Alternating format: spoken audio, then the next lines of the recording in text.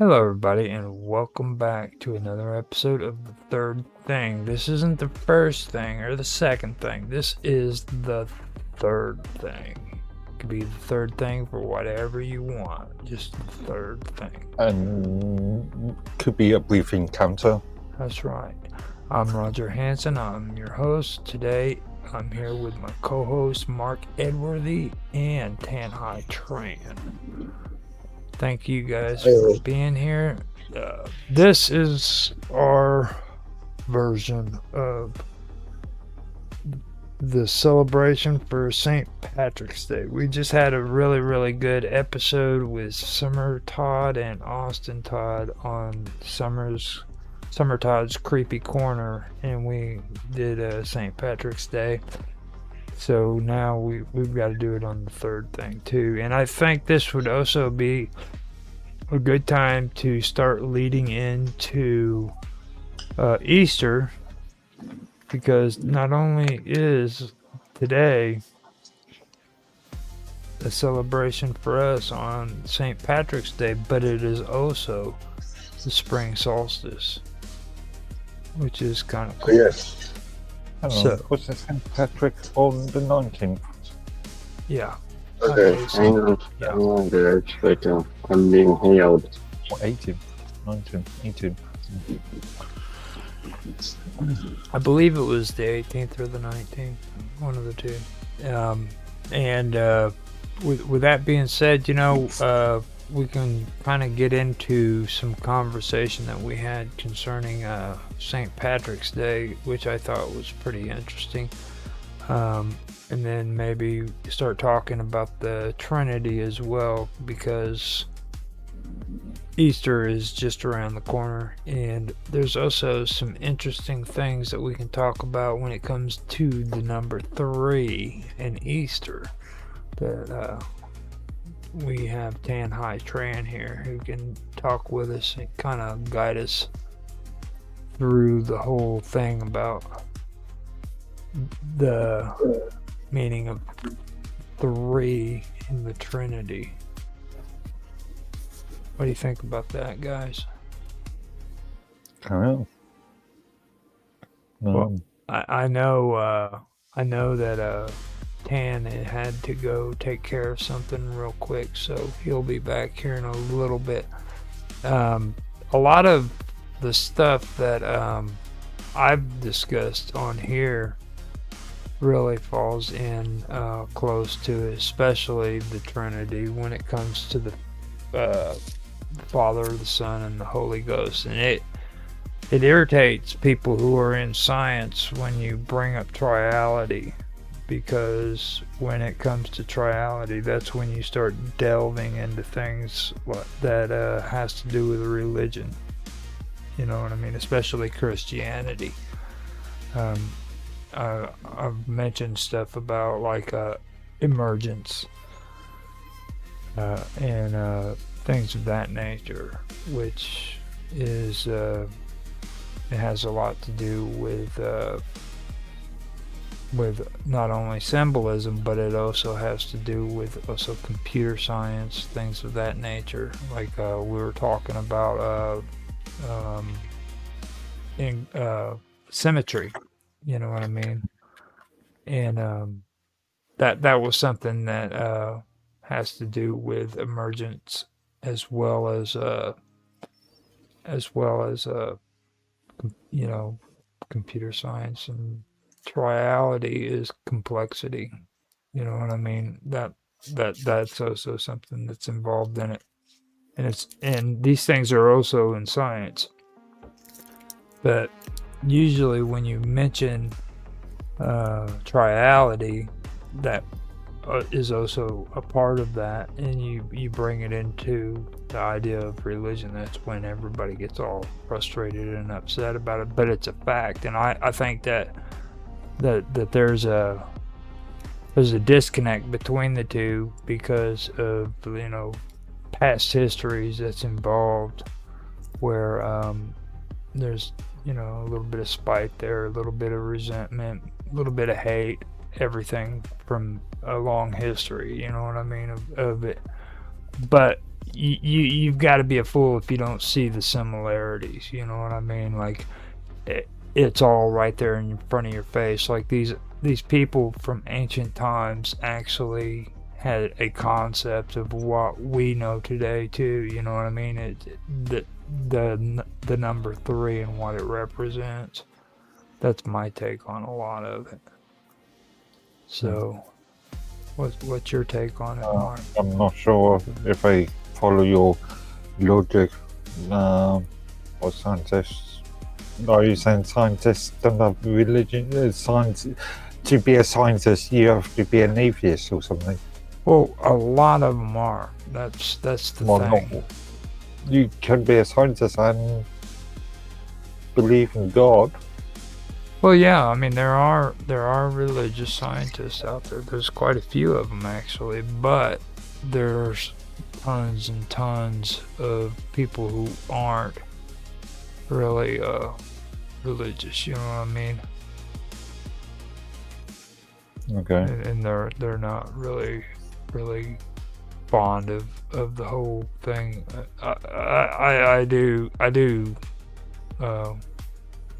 do see that. I'm not, because a lot of times I try not to bring it up, but it is the truth. It really is a fact that a lot of them are like that.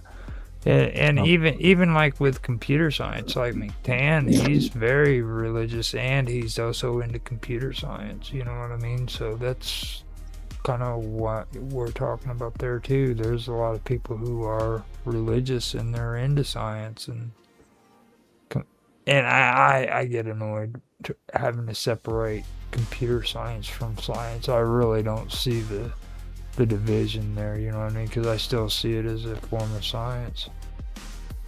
It just, every time I have to say that, it makes me annoyed. You know. Well, sorry guys, I'm trying to get a bite to eat while I'm on the show. Oh no. Okay. So I mean, this shouldn't be a question. I mean, what is science, right? You just go by that. It's basically a bunch of hypotheses and experimentation to prove the hypothesis, and then you come up with new facts, right? Mm-hmm. That's science is experimentation, and that's exactly what computer science is doing. Right? It's not a misnomer to call computer science science. I mean, you shouldn't hesitate to call computer science science. Well, it's by definition science. Yeah, computer science isn't magic, isn't it? Is it? Well, exactly. It's not magic. It's how you look at it, though. Like in today's world, no, we have an understanding that it's not. But if you went back to times before computers, before technologies that we have now, they would look at this stuff and they would see it as magic. It would be 100% magic. But that goes. You can say that about general science, not right? You can say that about anything. Yeah. You know, I mean, I've got a light here. That would be magic to a cave. Magic. That would be magic to a caveman. So, I mean, it's really a matter of what you're defining as magic, you know, or mystical. And see, that's another thing that I think people have a hard time with being open-minded about. Like, was it really mystical? Was it really magic? You know what I mean? When you hear about all this folklore and everything, that's one of the things that I do agree with ancient astronauts about. Like, not a lot of their evidence, because I've debunked a lot of it, but what they say, if you listen to what they're saying, actually does make sense. Okay?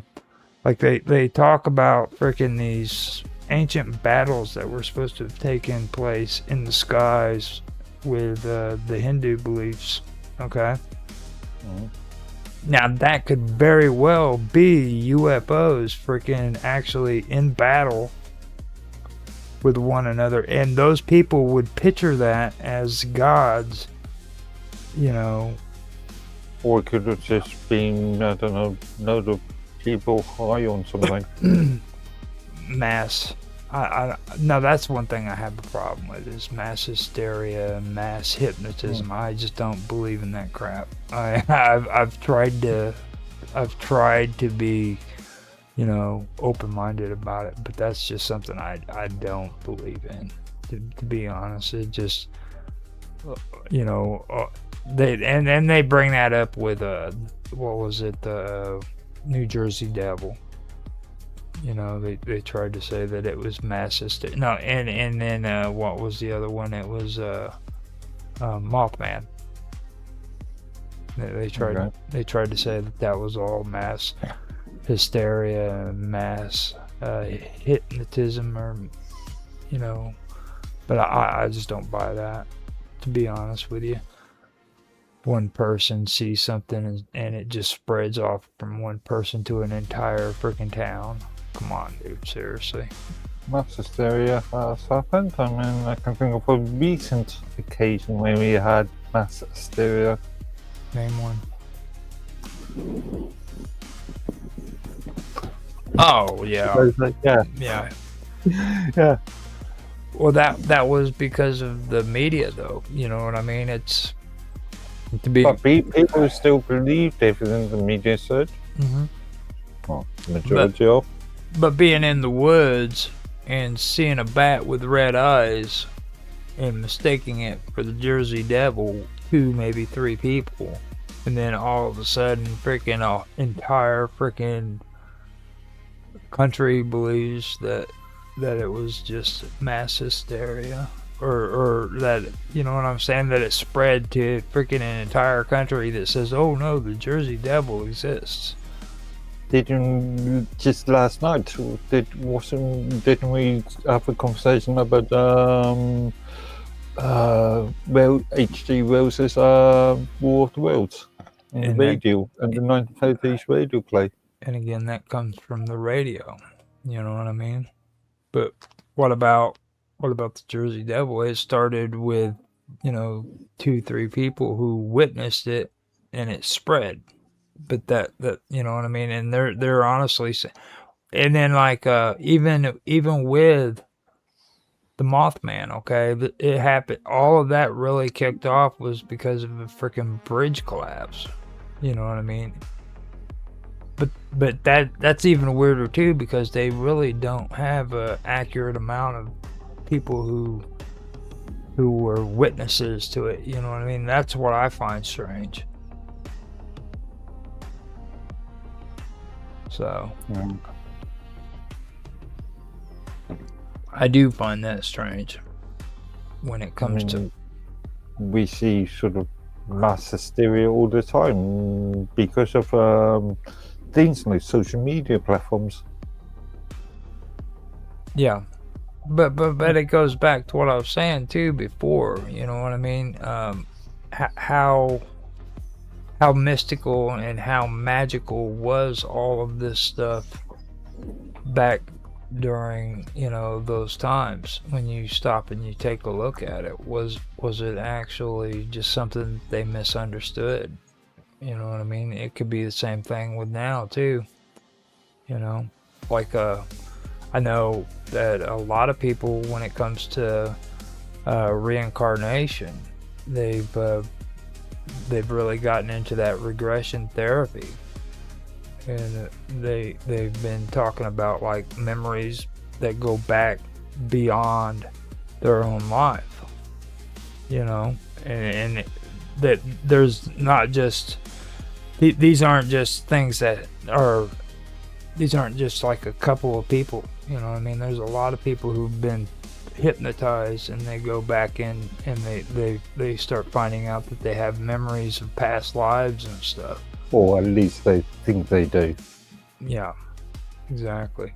And that's something that I think I've had 1, maybe 2 serious conversations about that, but I've never been able to find people who could actually have a really good conversation about that, because it is pretty interesting, you know. And then you start hearing about the Count of Saint Germain. That's another one that I wanted to eventually get into, because he was supposed to be immortal. You know what I mean? Mhm. And he was also associated with freaking alchemy, as well as science, by the way, because he could produce diamonds. He could make like a handful of diamonds. He could turn them into like 3 handfuls of diamonds through alchemy and stuff. But we can create artificial diamonds using lab techniques now. Well, they said that you can do it, but it's in like very small amounts. So it's very interesting. And when it comes to alchemy, especially, that's where it gets really interesting, because for me, I from what I see alchemy as being like an earlier form of what we call chemistry, basically. Yeah. And it also goes into like meteorologists. I kind of hint around about it when it comes to meteorology and how they turn the satellites to face the Earth to look at the clouds, so they could determine what the weather is and what the climate is. Like environmental climate scientists literally looks at the shades of clouds to determine the freaking climate for that region. That's one method. You know, that's straight up alchemy, dude. I mean, seriously. Is it alchemy or is it just observance? That it's wording. It's how you want to say it. You know what I'm saying? Because when you take a look at the method that goes alchemy, isn't alchemy changing one material to produce another material? It's a lot different than that. It's the coloring in alchemy is very important, because you have albedo, rubedo, and what is it?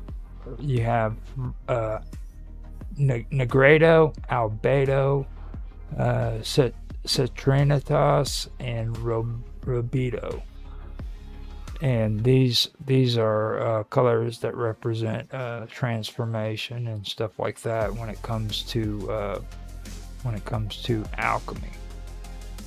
Now, black is negredo, white is albedo, yellow is citrinitas, and then red, of course, is rubedo. And that's how they used colors when it came to alchemy. Whenever they were mixing things together, and then they got a certain color from doing certain things. You know, red. What it is black is supposed to represent. It symbolizes decomposition or burning. Okay. Mm-hmm. Then you have white, which represents purification and enlightenment. And you have yellow, which is associated with transmutation, or they also call it the solar stage.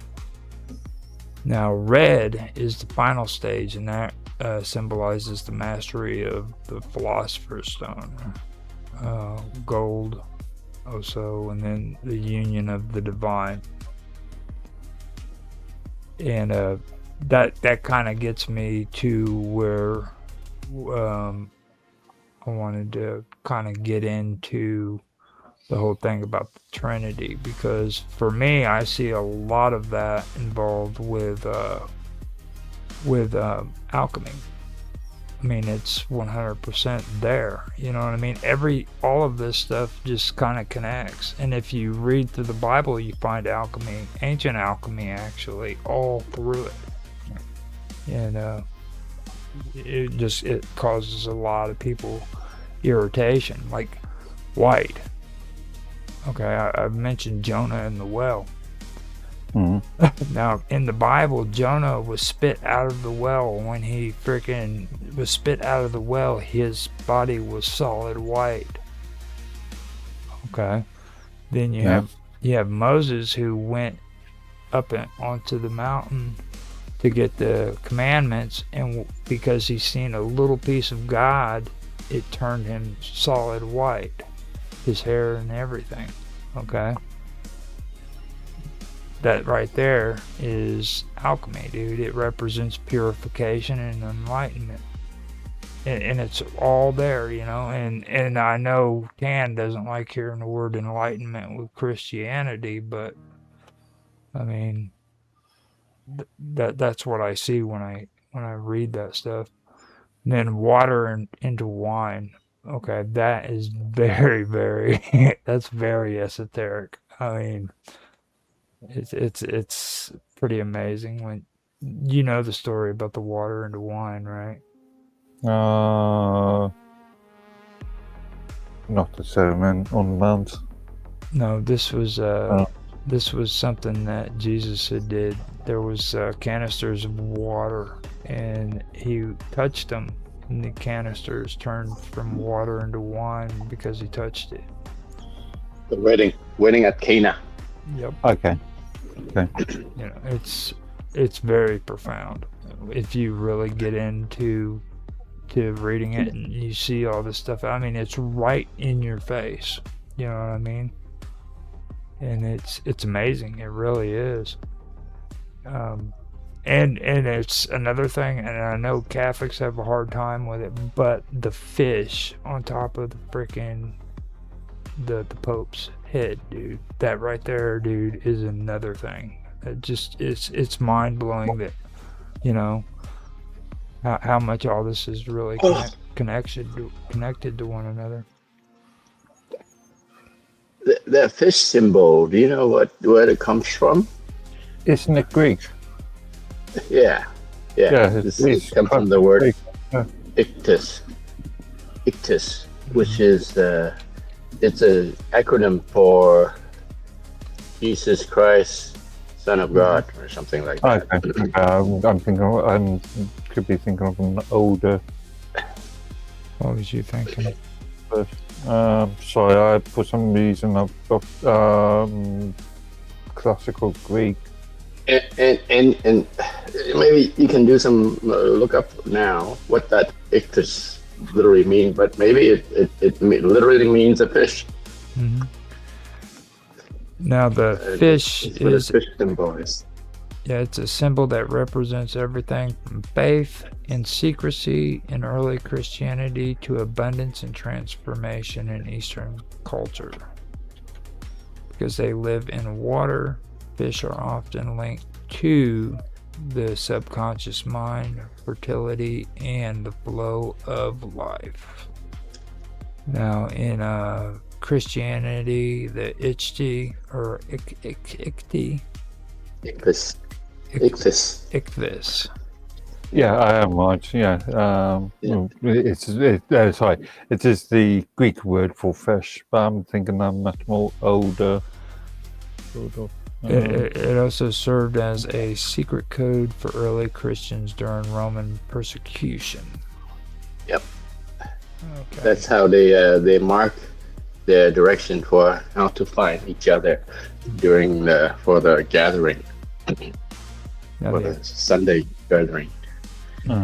Now the Greeks, the acrostic, in Greek the word for fish. Now early believers used it as an acronym for Lesos Christos or Thauus. Yes, Jesus Christus. Jesus. Oh yeah, that's an I, not an L. Okay, yeah, Jesus. Yeah. Jesus Christus. And, Jesus Christ. And Soter. And I've heard of Soter or Solder, however you want to say it. I've always called it Soter. And that's Jesus Christ, Son of God, Savior. But from what I'm reading it, the fish concept in Christianity or Christian art didn't appear until the 2nd century. Well, that also brings me back to what I was trying to discuss with Tan once. It was about the book of what was it? Tobit. Okay, there's a part in the book of Tobit where he was soaking his feet in the water, and a big fish came up to try to bite it. Okay, and then like I just mentioned, Jonah. All right, Jonah was supposed to be swallowed by a fish. Now they don't specifically say whale; they say fish. Right. You know what I mean? The giant fish. Yeah. Yeah, and that's kind of something that sticks. You know what I mean? And then the fact that he was spit back out and he was solid white on top of it. It's really interesting. He was dead.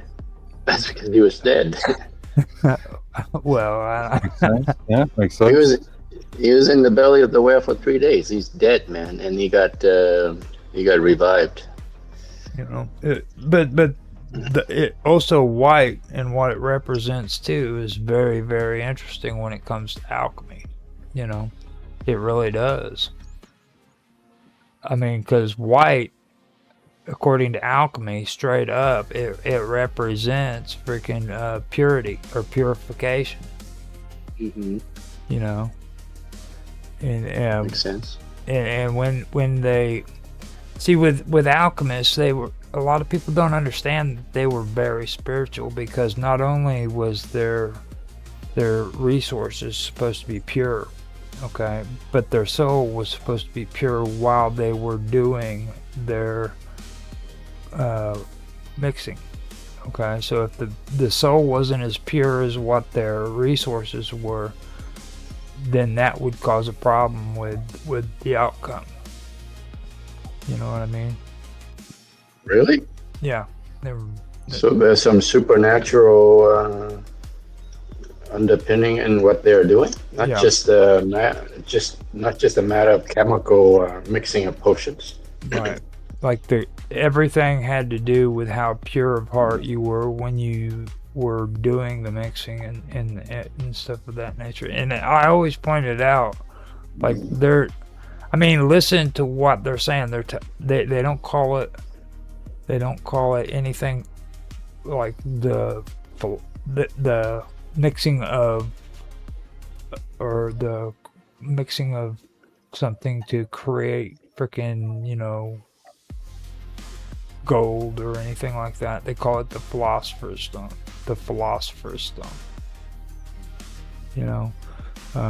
And I think a lot of people miss that. And that's what they believed in. They believed in philosophy.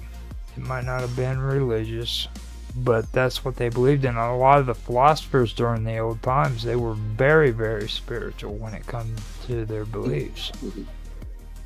Whatever their beliefs were. Yeah. But yeah, I mean, the fish really stuck out to me. It really did. That's one thing that stuck to me.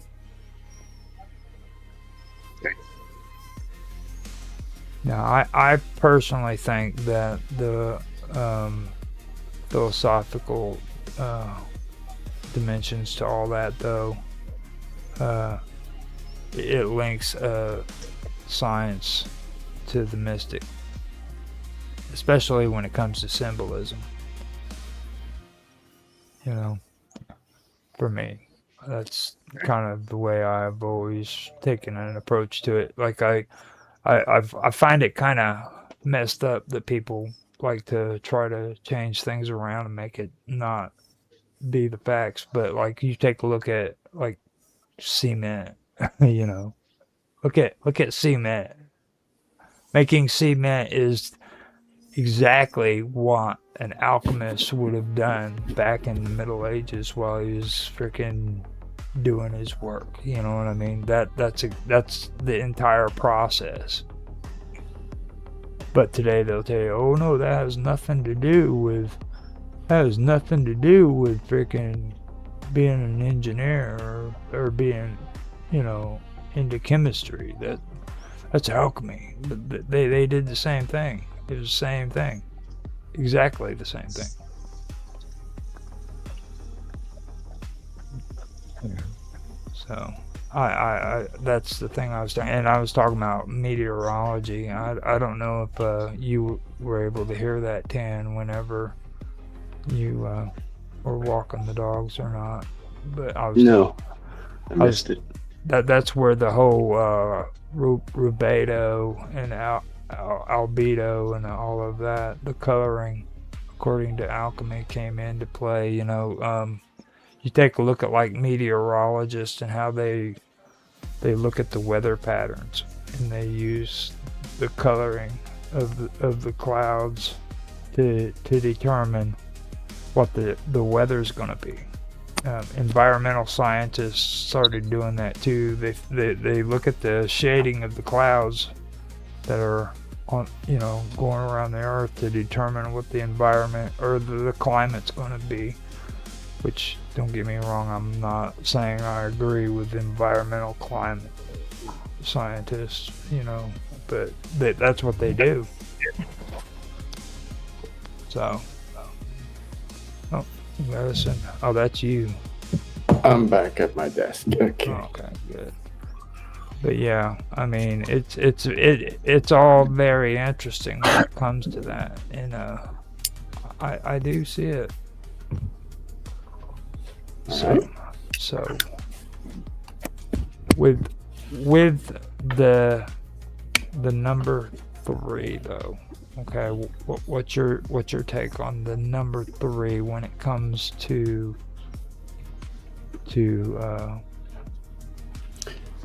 Easter? Yeah. Why would it relate to Easter? I mean, the number 3 in Judaism and Christianity, 3 represent perfection. That's why I mean, just because of the Trinity, right? God is the triune, 3-person in one God, and that's why 3. The number 3 is basically perfection. The idea of God being 3 persons in one. Also, if I'm not mistaken, the crucifixion was Jesus, and there was 2 other. Yeah, the 2 thieves on the left. So 3 people in effect. Mm-hmm. Right on the crucifixion. Now, in Judaism, the number 3 is shalosh, and it primarily represents completeness, harmony, and reconciliation, while 1 signifies unity and 2 represents divine or opposites, or division or opposites. Now, 3 is seen as the mediator that creates a balanced whole. And 3 represents the unity is a pretty good description. Now the like the it's like the triangle. The most perfect shape in the universe is the triangle. Yeah. The strongest. Yep. You got the 3 sides combined together, and it's almost unbreakable. So. And see, I every time I get into this, it makes me think of Pythagoras, with him and the triad, and what 3 represented to him, because he felt that the number 3 was really, really important too. Yeah. And with Christianity, it says that the foundational triad, 3 patriarchs, the Avad, the spiritual and physical fathers of the Jewish people, Abraham, Isaac, and Jacob. Mm-hmm. And then there's the 3 pillars of the world, according to the Pirkei Avot 1:2. And the world stands on 3 things. That's Torah, which is study, Avoda, which is service and prayer, and Gemilut Hasidim, which is acts of loving and kindness. Then you have the threefold people.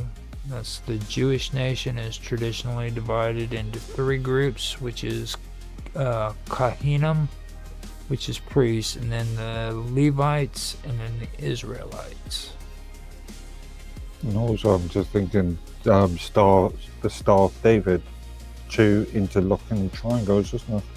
Yeah, never even thought about that. I used to think that was so cool when I was a kid, because I thought I was like doing something that was unique, nobody knew about. You know what I mean? Like two triangles. That's all you got to do. Mm-hmm. Now, let me see here. 3 sections of Tanakh. The Hebrew Bible is composed of the Torah, which is the law, Nevi'im, which is the prophets, and the Ketuvim, which is the writing. And then you have the ritual of law, which is Shalosh Regalim. That's 3 pilgrimage festivals. 3 major holidays, which is Passover, Shavuot, and Sukkot. They traditionally required a pilgrimage to the Temple of Jerusalem. Then you have the daily prayer, which is observant Jews pray 3 times a day. And then Shavaka, which in Jewish law, if an action is performed 3 times, it is often considered a permanent or established state. And that's why people today usually repeat themselves 3 times. They consider it repetition. And then like in a lot of folklore, you'll hear a lot of people say that when bad things happen, it usually happens in numbers of 3. You guys ever heard that? Mm-hmm. Mm-hmm.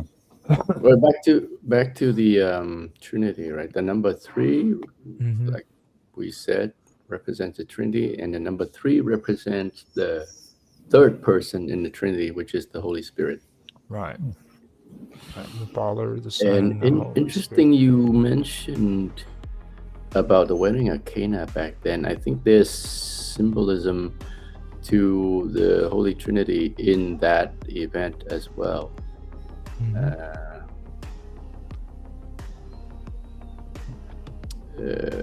Apparently, the waters, the wine jugs, the jugs that were or the water container that they were using to haul the water into the house, into the wedding party, they are containing they are jugs that contain 2 or 3 meter te a piece. A meter te is a unit of ancient measurement, corresponding to about 16 gallons of water or something like that. But that was a standard unit way back then. But there's a number 3 in there somewhere. And Well, see, like with me, and I always talk about emergence all the time. Okay, now this is kind of a good example of emergent behaviors and stuff, like outside of science, okay, and outside of philosophy and everything. Like in religion, you have water into wine. Okay, so you have symmetry, then you have complexity, and complexity is because of the third element. It's where this third element, it causes complexity, which causes emergence. It's something new. All right. So you take and you got Jesus who goes and he touches these containers, and the water is turned into wine. Mm-hmm. So something new. It goes from being water, Yeah. being transformed into wine. You see, and this is what I'm talking about. It's everywhere, dude. It's like these people from ancient times had a concept of what we're learning now, today, scientifically. You know what I mean? It's all through the literature if you look for it. You know, it literally will blow your mind if you have an open mind enough to pay attention to it and see it. It's right there. I mean, there's no denying it. You know. And also in I don't know why you chose this third thing. It seems to be there's very heavy Christian symbolism in it, starting with the Trinity, right? And then there's from there, because God is love, this doesn't mean God is like love, but because God is love consists of the lover, the beloved, and the love that goes back and forth between the two of them. And that love in Christian theology is the third person. It's so strong. It's basically a third person in the whole Godhead. And how it relates to marriage in the human, in humanity. And that's why there's that wedding story in Cana. When two person, a man and a woman, get together and unite each other in marriage, their bond generates a third person, a child. That's the third thing in the marriage. Yep. So third element. You know, and I mean, it's that's kind of what it comes down to, and it's like, and this is stuff that's actually in science and philosophy. Like this isn't just something that relates to religion and all of the folklore and the mysticism, which it is in all of that too. But it also has to do with actual science, especially in physics. Okay, you'll find it in physics and in metaphysics as well. Like when you hear people talking about vibrations, people who are actually talking about real vibrations and frequencies and stuff like that. Like that has a lot to do with it too. And well, you're into computers. You know all about symmetry, you know, and the whole relationship between symmetry and complexity. You know what I mean? Yeah. Okay. Well, in computer science, computational science, anyway, there are three things that involves. First is the theory, mathematical model that predicts the universe, or predicts the behavior of certain thing, and then you do experiment on that based on that theory, the experimentation. That is number two on the three pillars of this science. And then the third thing is simulation. You create a simulation of this theory, this model that you come up with in the first pillar, and the simulation is basically an experimentation, but using not real tangible thing that you can do in real world, but to simulate what could be the real behavior. That there's a lot of that's going on in computer science and science, right? It's like space research and simulating behavior of the universe and how they can predict where the black hole is. It's all done in computer simulation models. So there are 3 pillars, and the number 3 that we're talking about here is simulation. Right. And I also want to point out too the 3 days of preparation. No. In Jewish custom, right? Yep. They prepared for 3 days at Mount Sinai before they received the Torah on the 3rd month. That which that's really interesting right there. Now, when you were talking about computer science too, there's something else that I think a lot of people miss out on too, is the term elegance. I mentioned this with Mark Edworthy, Mr. Lord Edworthy before. Lord. And from your take, when it comes to like code, what is an elegant code?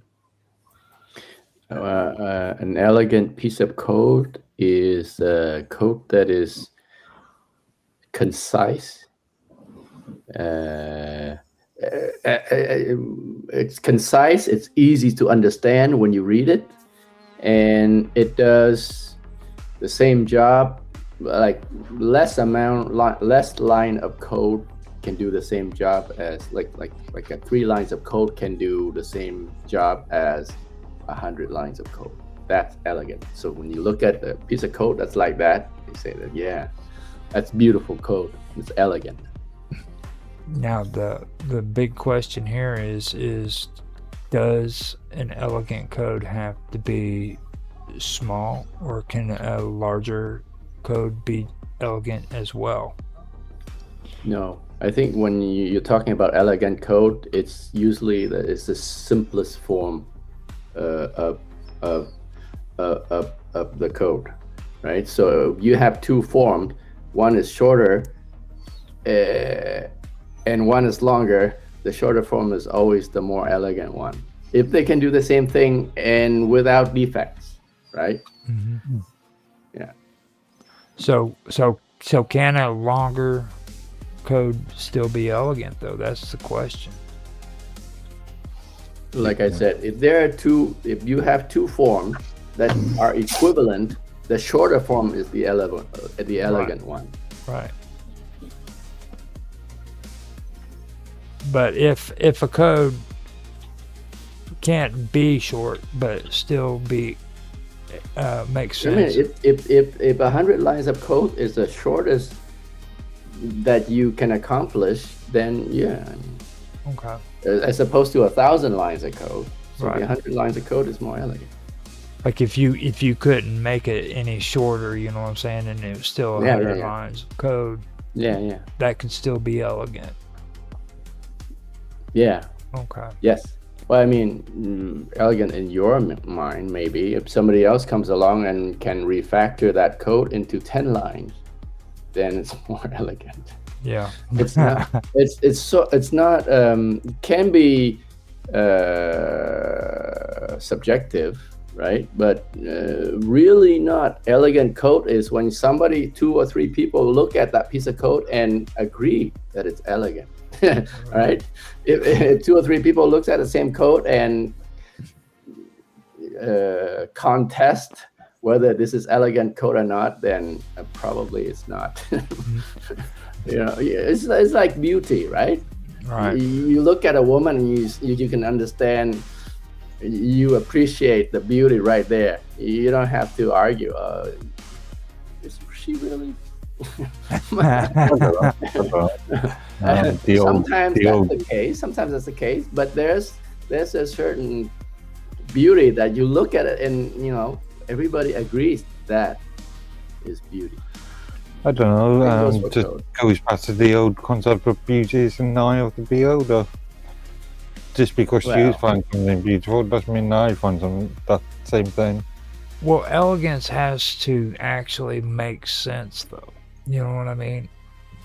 Oh, obviously, of course. Yeah. That's another I mean, that's another part of it too, though. You know what I mean? Because I agree with you what you're you saying. cannot have elegant code that is not understandable. Right.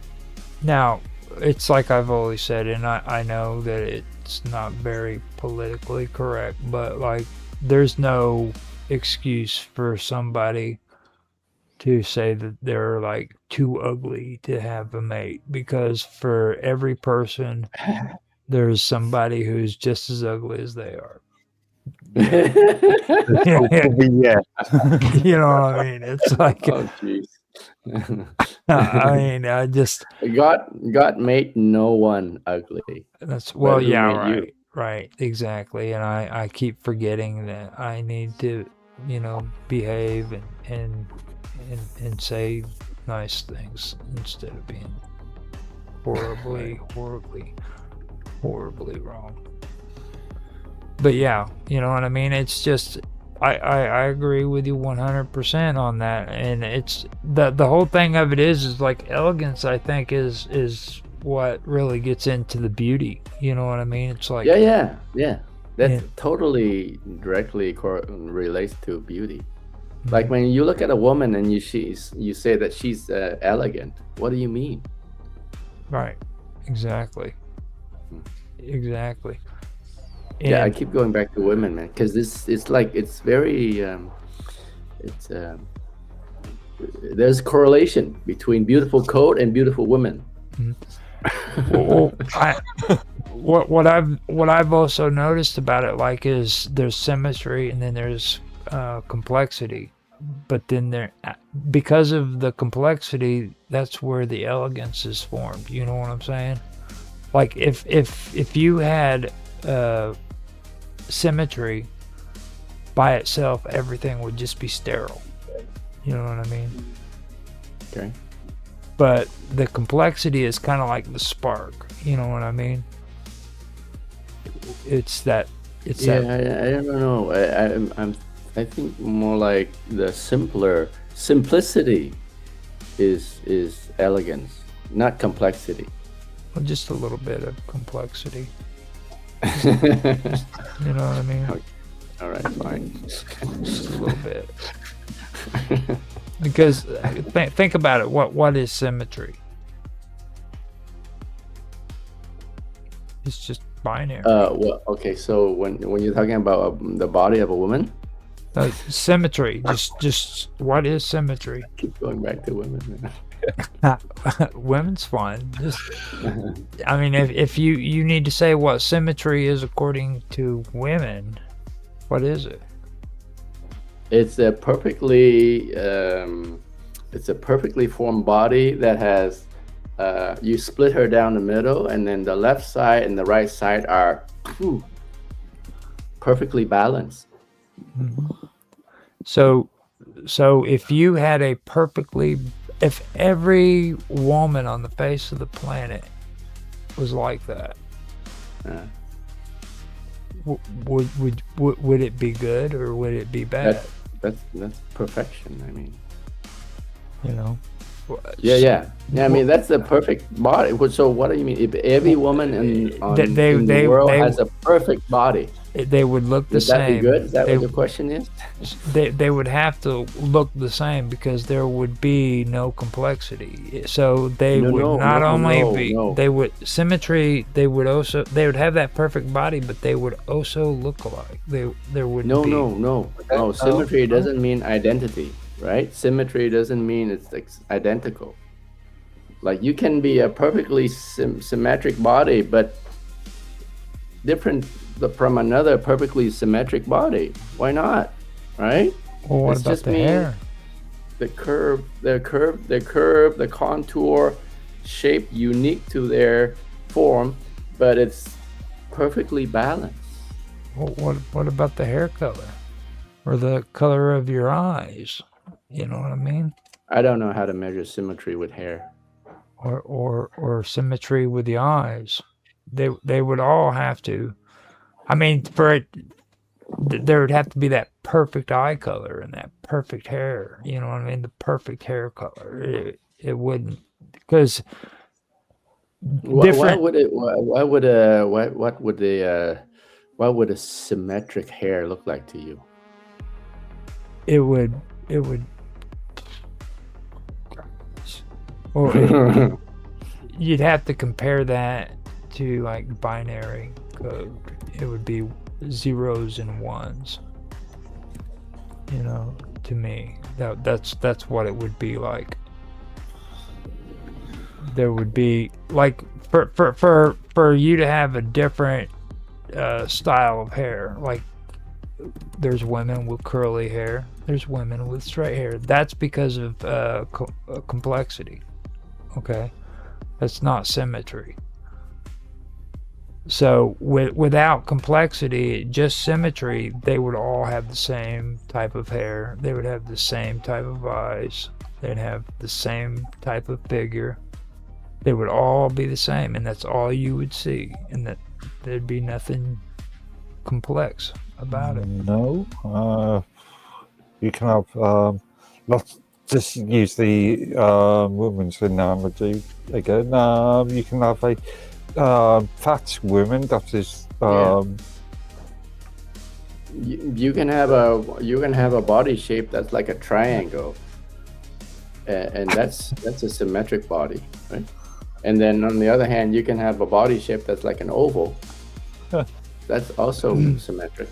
Now you got me thinking triangles, man. I mean, it's like a triangle woman. Yeah. That's pretty interesting there. Yeah. So when you look at that though, so what would be symmetry versus complexity in your mind? say that again. What would be symmetry versus complexity in your mind? When it comes to what? Well, you've been using women. Science? You've been using women. So, I mean. Oh, I see. Jeez. What would a complex woman be like? Yeah. When we think of complex women, we're not talking about their physical. Yeah, I was just thinking that. Yeah. We're talking about their psyche, their psychological, their spiritual aspect. Yeah, the spiritual dimension of the person, well, not the physical dimension anymore. So, what are you getting at with that? You're actually getting it at that. You're doing a good job too, by the way. Okay. So just keep on going the direction you're going. It actually, you're like sounding like you're confusing stuff, but you're saying exactly what you need to say. Just keep on going with it. I am a bit lost on this. So complexity. So complexity to you would be more of a inward kind of thing, right? It would be more of a inward thing rather than an outward. Yeah, well, no. Let's say when you let's bring it back to science though. When it comes to computer science, practical example during our in a software world. When we're doing our regular software development, part of the software development process is you have some user requirement, right? Mm-hmm. The user requirement that the user wants to accomplish something, and the team is tasked with developing that feature that the user wants. And part of estimating and designing and implementing the feature, we have to guess how complex. We have to estimate the complexity of this feature that we're developing, right? And complexity usually mean it's hard. The higher complexity a feature is it means that it's harder to understand, harder to implement, right? Complexity is, in this case, associated with level of difficulty. So, and in agile software development, we associate points to a certain user story. A user story is like a small feature of the overall product that we're developing, and with each of those user story, we're assigning a level of complexity with it by called story pointing of the story. So for a user story, we will give it 3 point, 1 point, and we use I don't know why, but they use a Fibonacci kind of a sequencing when they're estimating the complexity of the story. So one story point is something as straightforward, just like a text change or something really simple, straightforward. And then you go to 3 point, 5 points, 7 point, 9 point. If you get to 11 point, it's very complex. You should stop estimating and you just reassess the acceptance criteria, the requirement, and maybe split it out into smaller chunks and then estimate it then. So in computer science, complexity, I think it's also in math, right? Complexity is usually is associated with difficulty.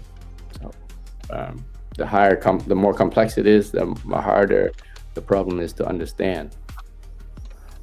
Now, with a lot of that though, I think that especially when it comes to science or computer science, okay, that all comes back to what I was talking about before with emergence.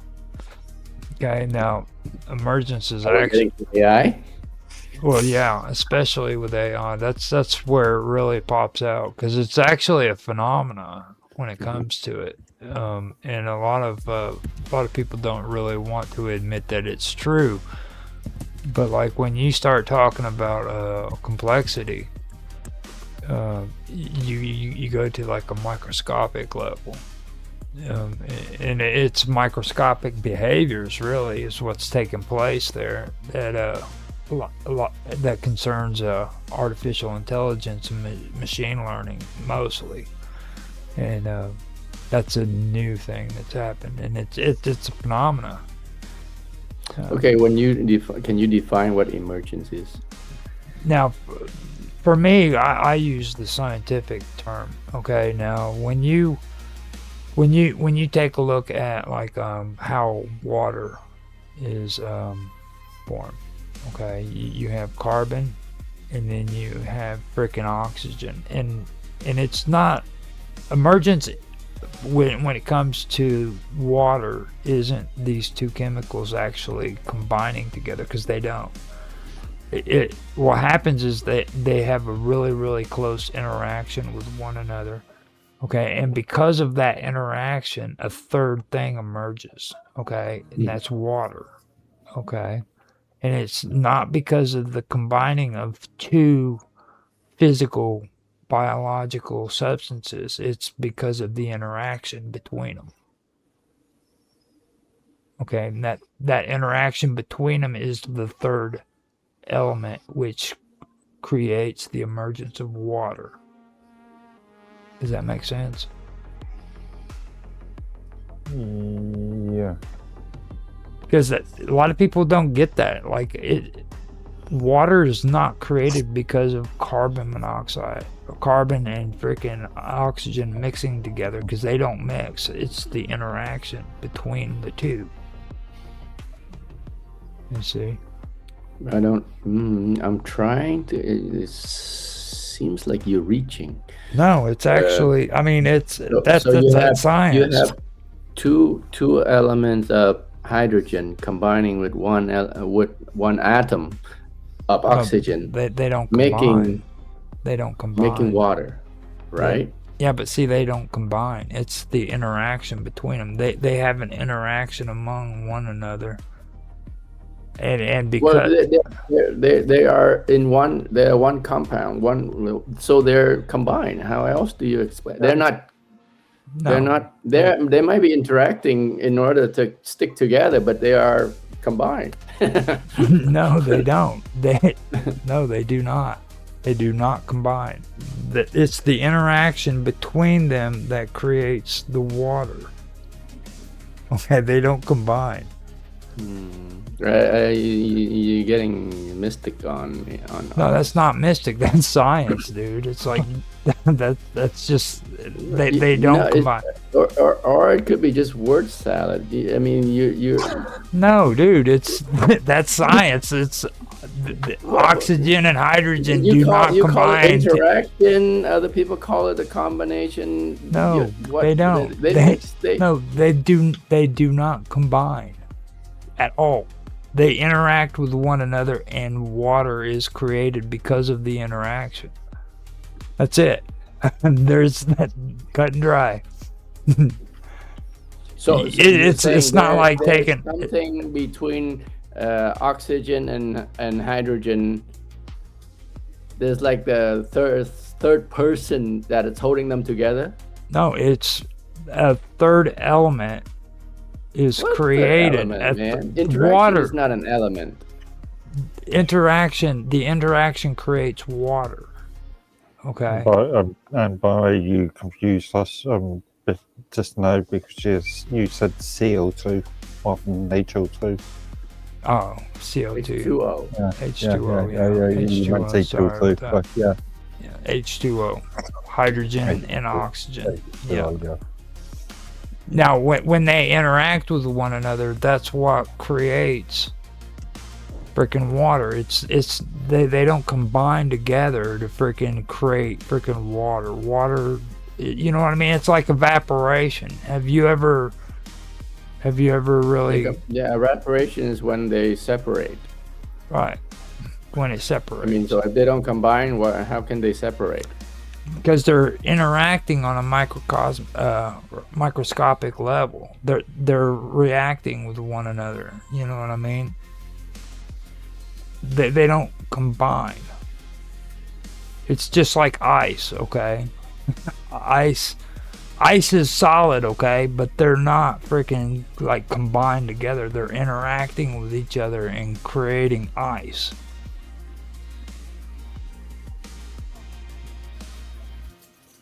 Yeah, I don't know, man. I still think. Well, I mean, they are combining with each other, either through interactions or not. You know, well, so when two people interact with each other through sexual activity, right? They are interacting with each other, but are they not combining? Two into one. Yeah. Okay. Yeah. Now see, this is where we start getting into the next level because okay, when the egg is introduced to the sperm, it creates. There we go. It creates. I'm totally in line with you, aren't I? It creates the physical flesh. Okay. Which is the child, which is the child man. Okay. Okay. But what creates the soul? What creates the spirit? What creates the spark? What makes that child have what we consider a soul, and what makes it individual? What makes him an individual? You see? Got this. Makes him an individual. That's the third thing. Okay, just to follow your terminology, the third thing in that is the spirit, the breath of life. The spark, the breath of life. Yes. The breath. What creates that and the individualism? You see what I mean? What makes that human being an individual, separate from the rest of us? Well, the fact that they're not part of us, for one. Yes, they are separate by the fact that with their own, disconnected from us. with their own personalities, their own traits. Yeah, but that's the nature thing, isn't it? Is it? Isn't it? The old experiments of having two identical twins and separating them. It goes back to Yeah. symmetry, though. I mean, if it was all just symmetry, then everybody would be born acting and thinking and talking the same Yeah, way. so the environment changes people. Their own environment. We are all part of our environment, or we are. Product of our environment. Yeah.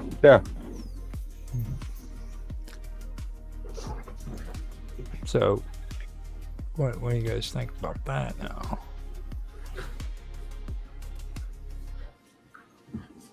Huh? What do you mean? I don't know what you're getting at. You can Yeah. you keep That's going. why you going with this?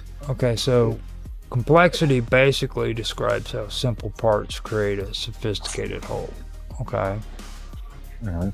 So in computer science, this is non-linear. Okay. Yep. Okay? Adding one more line of code doesn't just add one more unit or of behavior. It might trigger an entirely new capability. Okay. So in AI, like a single neuron is a simple mathematical weighted sum, and complexity arises when millions of these interact. Okay, and that allows the system to recognize a face or write a poem. You know what I mean? So Okay.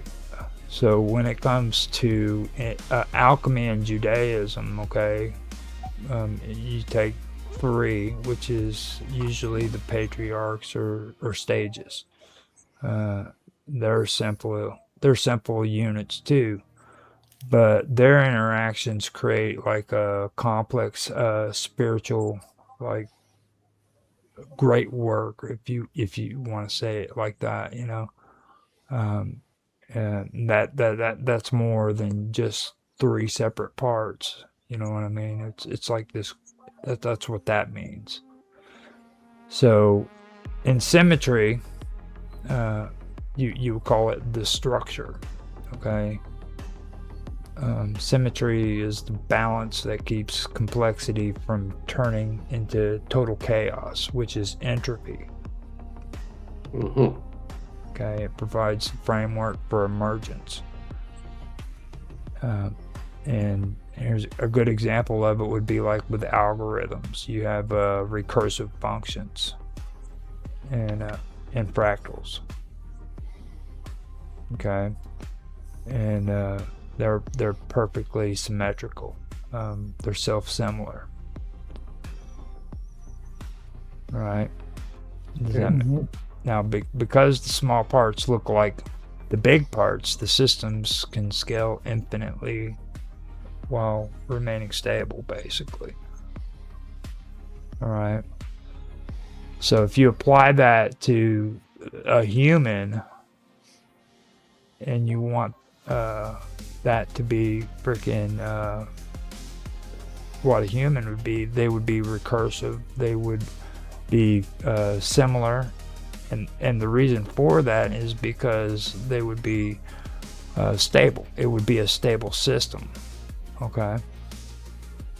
So everybody would look the same. Everybody would freaking be the same because they were all symmetric.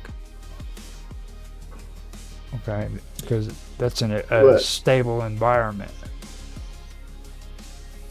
When you're talking about symmetric, you're talking about the physical again. Yeah. So if the person has a soul and a spirit, and each individual created are unique of their own. There's no way that they can be symmetric. Right. On the spiritual level. Right. Now, have you ever heard of the Conway's Game of Life? I've heard of it. Yeah. Yeah. I recognize the simulation.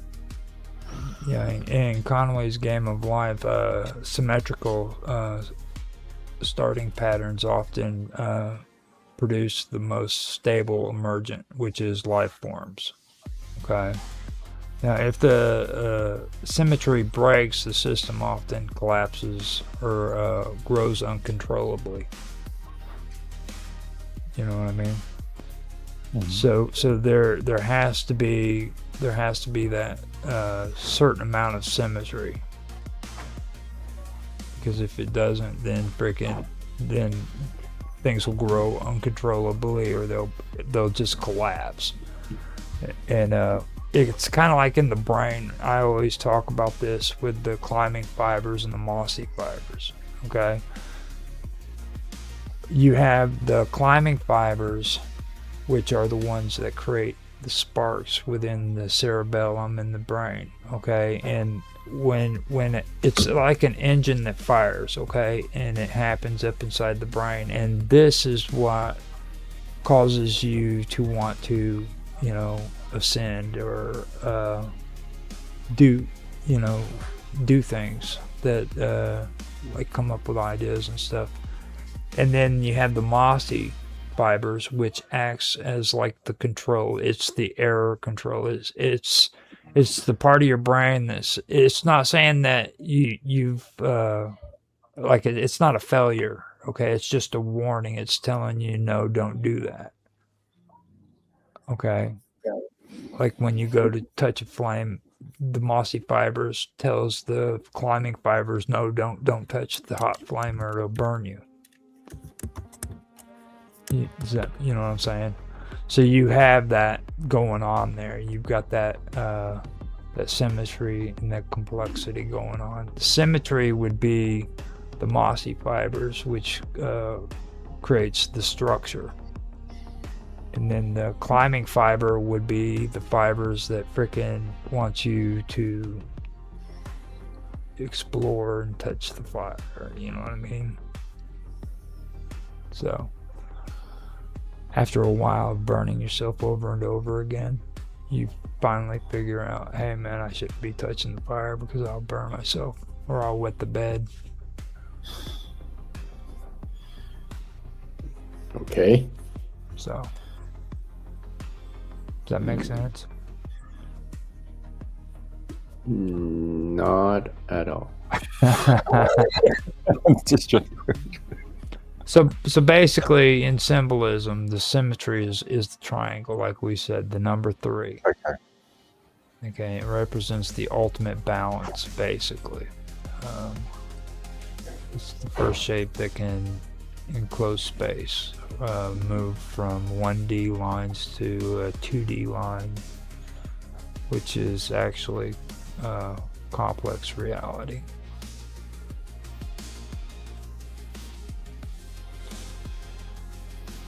So is the universe simple or complex? It's both. I think a symmetry. It's both.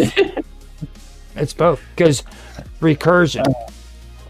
You see, you got to understand what recursion is. You know, all those irritating stories that everybody talks about where they always say the same story over and over again from 2,000 years ago until now. Okay. Even though they're freaking saying, the same thing with Jack and the Beanstalk since the time Jack and the Beanstalk first came out. There's a message in the storytelling from one generation to the other that's just a little bit different, and it tells you about that generation. You know what I mean? It tells you that during that time period this was going on because the story changed here, where at this part of history it wasn't like that. It was here. Like if you take a look at King Arthur, okay, and you pay attention to the way the story of King Arthur changed from the first time it came out until now, you'll see that during history, the time of history, the story changed. And during those changes, you can see patterns that took place And it tells you how society had changed during that time period. How does the story of King Arthur change? Curious. Oh, it's changed quite a bit. Like Merlin, first of all, had absolutely nothing to do with King Arthur. He was he was a character in storytelling by himself in his own right. And he was eventually merged into the King Arthur story. And then I think Sir Lancelot was actually something that was incorporated later on too.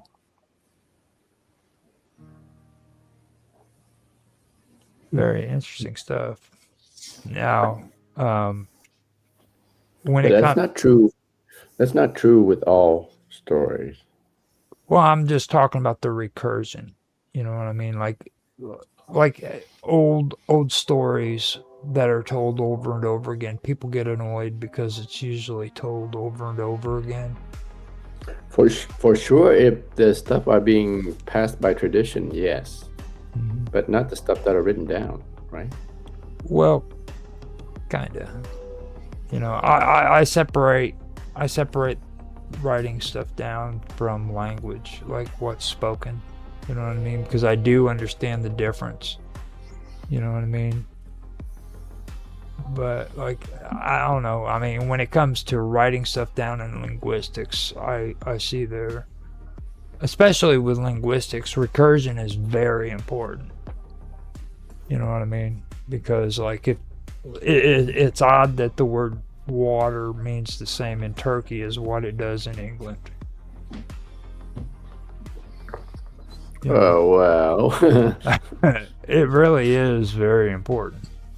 I mean, and that's how they. But I mean, so there's a universal truth that is being communicated by the different languages, Right. right? Right. I mean, nobody knows. We didn't. But like I didn't know what an apple was an apple when I was back in my village. Right. But we have similar fruit in my locality that is similar to an apple. So it's like an Asian apple compared to a Western apple. So we come over here and we call them an apple. So you're saying language has to be grounded within the tradition in order to make sense, right? Well, you know what happens when complexity and symmetry meet, right? What? Say it again. What? You know what happens when complexity and symmetry meet, don't you? Oh no! What happens? When complexity and symmetry meet at a point, it's called self-organization. Did you just come up with that? No, it's actually is that true. your term? It's actually true. It's basically like the intersection. You know what I mean? Okay. Now, when it comes to self-organization, for you to do that, it has to do with feedback loops. I'm trying to make sense of it. So when complexity and symmetry meet, you have self-organization. Right. It's not obvious to me. Can you explain? Can you elaborate why that happens? Okay, so like with feedback loops, let's use feedback loops as a good example. And the brain has feedback loops as well, and so does computers in computer science. Okay? So with symmetry, symmetry has a repeat. It's repeating a process. Okay? And because it's repeating a process, it creates complexity. Okay? And that's basically when that's basically called a sophisticated result. Okay. Now a good example of that would be a snowflake. Now a snowflake is a complex structure that emerges from the symmetrical properties of water molecules under cold pressure. Okay. no one designs the snowflake. It is an emergent property, like I was talking about. Okay, How do you know no one designed it? No human designed it. right. Well, that is true. Okay, but let's just off of the whole scientific approach. You know what I'm saying? No human being designs the snowflake. It's an Okay. emergent property of symmetric chemistry, basically. Okay. And that's basically what I'm talking about when it comes to self-organization and the snowflake, and then like the feedback loops. Yeah. It's really interesting how all of this plays out. It really is. Okay. Yeah. Fine. So okay, self-organization. So when you have a when you have a problem in the world that it needs a solution, and that problem is sometimes complex, and you're trying to come up with a solution for it, and when the solution that you come up is something simple, right? When complexity and simplicity meets, you have elegance. Yeah. Yeah, that's yeah. That's it. That's beauty. Right, that's beauty. Okay, but So if I get a computer that it doesn't work for a complicated reason, and I hit it with a hammer, that's elegance. No, that is complexity.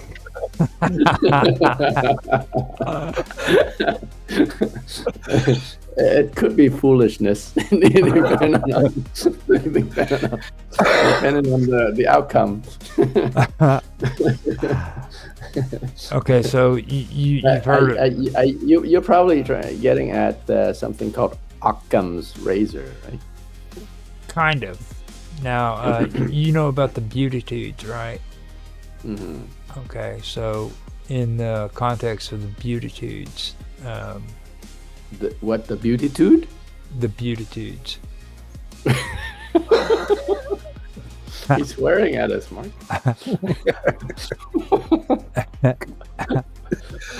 What is the People make Beatitude, it dude? secure What is the Beatitude, dude? I mean, it's a Butis. Butis.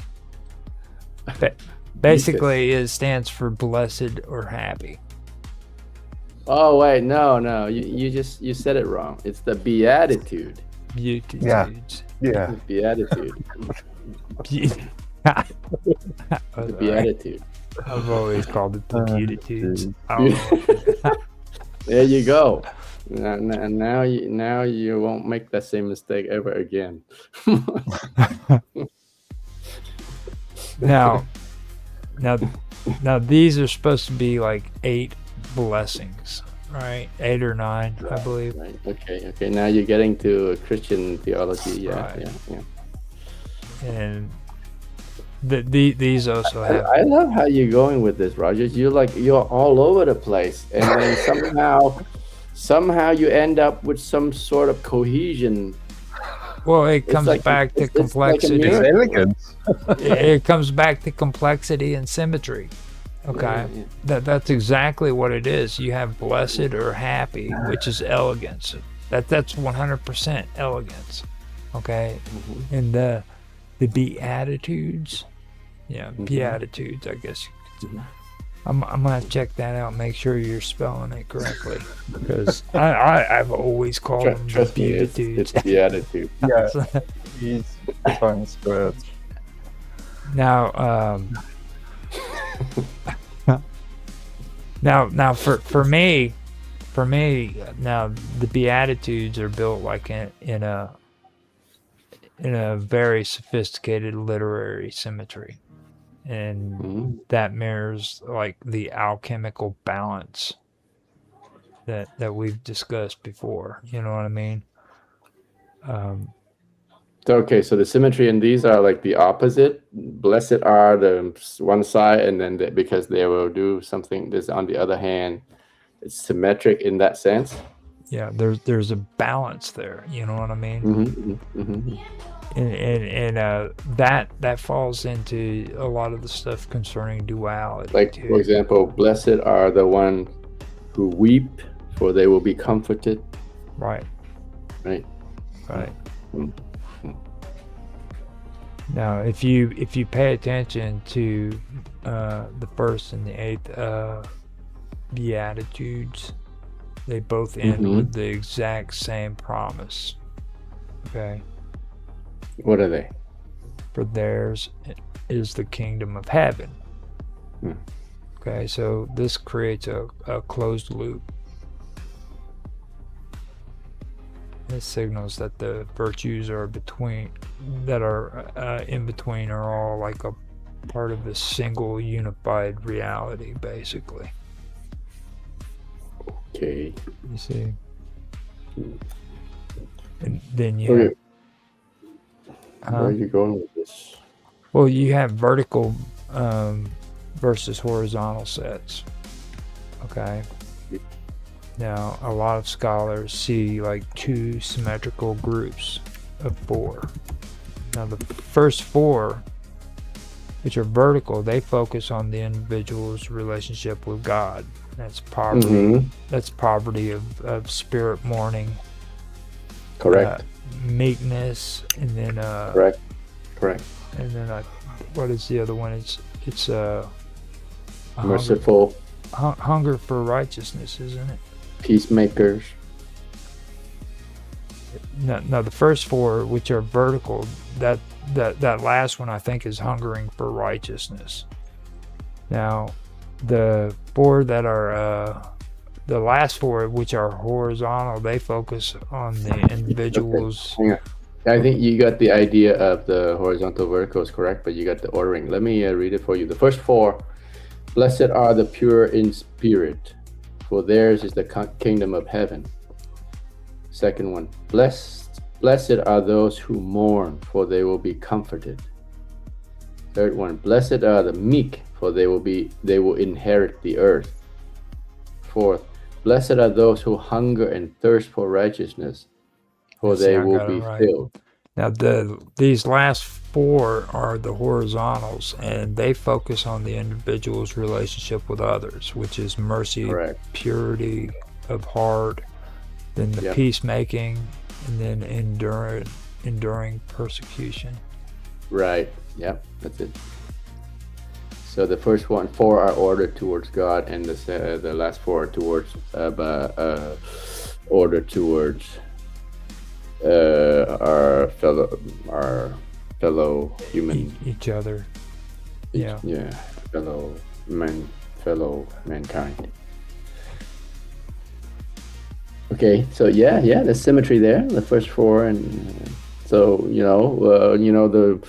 the two most important laws of Christianity and Judaism is love God and love neighbors.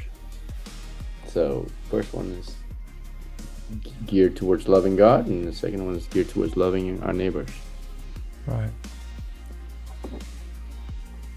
And the thing that I've noticed is like there's that whole X-shaped pattern where the first and the last use the present tense, which is, while the middle six use the future tense, which is will be. You know what I mean? That's another thing. Okay. And that suggests that the kingdom is both a current reality and a future fulfillment, basically. Yeah. That's symmetry. Okay, now complexity, that's upside down, which is emergence. It's a upside down emergence, basically.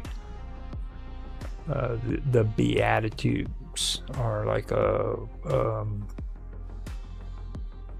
they're an example of emergence because they like describe how like a new complex social order, which is the kingdom of heaven, is supposed to arise from like simple or often like negative individual states, basically. Like Earth is just, you know, a negative state, and like the kingdom of heaven is supposed to be on Earth eventually. You know what I mean?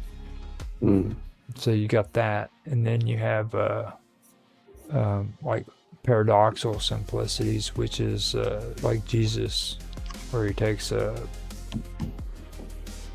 simple states of lack, like being poor, or he's mourning or meek, you know, and claims that they claim that they are like building blocks for like the most complex and the I guess you could say the most bliss, basically.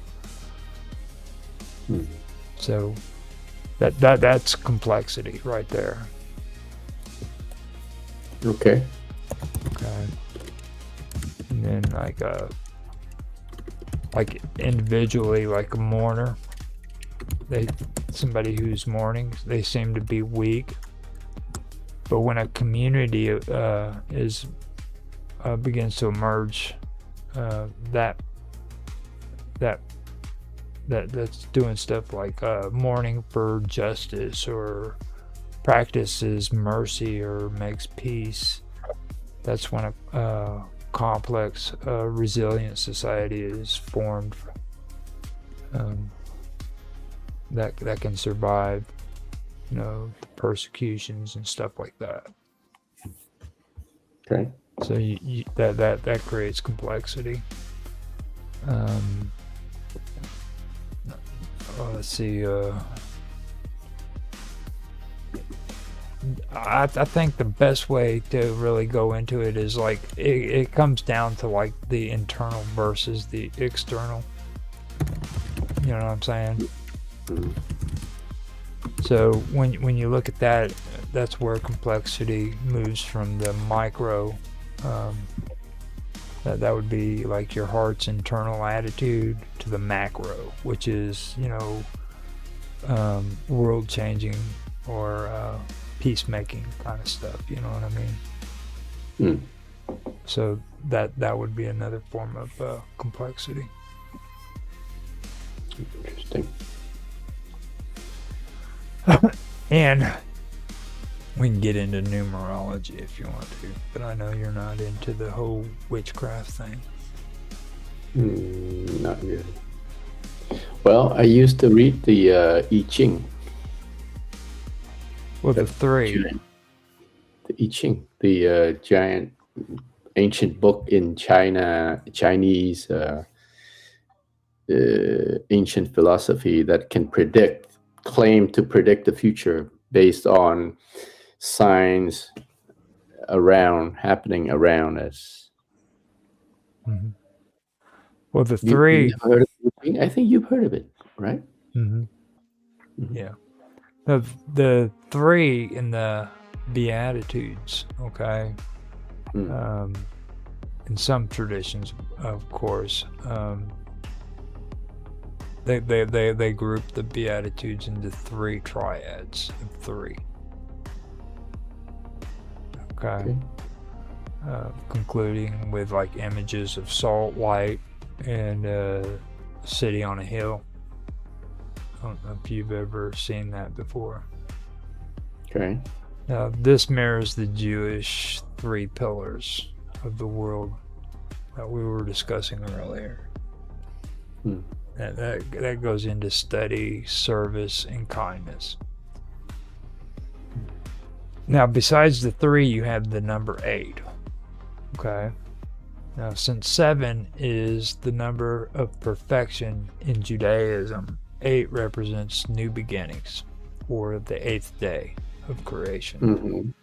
Now, the Beatitudes are seen as the new law that transcends the 10 Commandments, basically. That's from the number 8. Yeah. Okay. I mean, all right. It's good stuff. Yeah, I mean, it really is. It's really good stuff, and it goes deeper and deeper. And all of this has to do with Easter. Okay. Okay, it has to do with How? Easter and Jesus and the resurrection, and all of it because of the number 3, the Father, the Son, and the Holy Ghost. Okay. You know. Now 7 and 8 is very interesting. It gets a little bit more interesting because now you're dealing with numericals on top of complexity as well as symmetry. And later on, I guess we could do that, but I think we should probably get into the headlines after midnight because Yeah.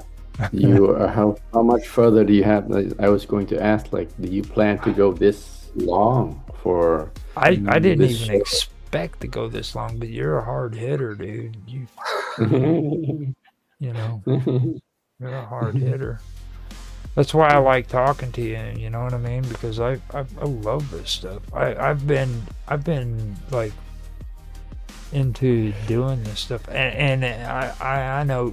And let me just tell you, because last time we were on together, I am not Buddhist. Okay, I am just really messed up. Okay, I would not belong. Buddhist people wouldn't put up. I just got into a chat that Otto suggested me with a bunch of Buddhist people, and I was talking about the invention of the will, okay?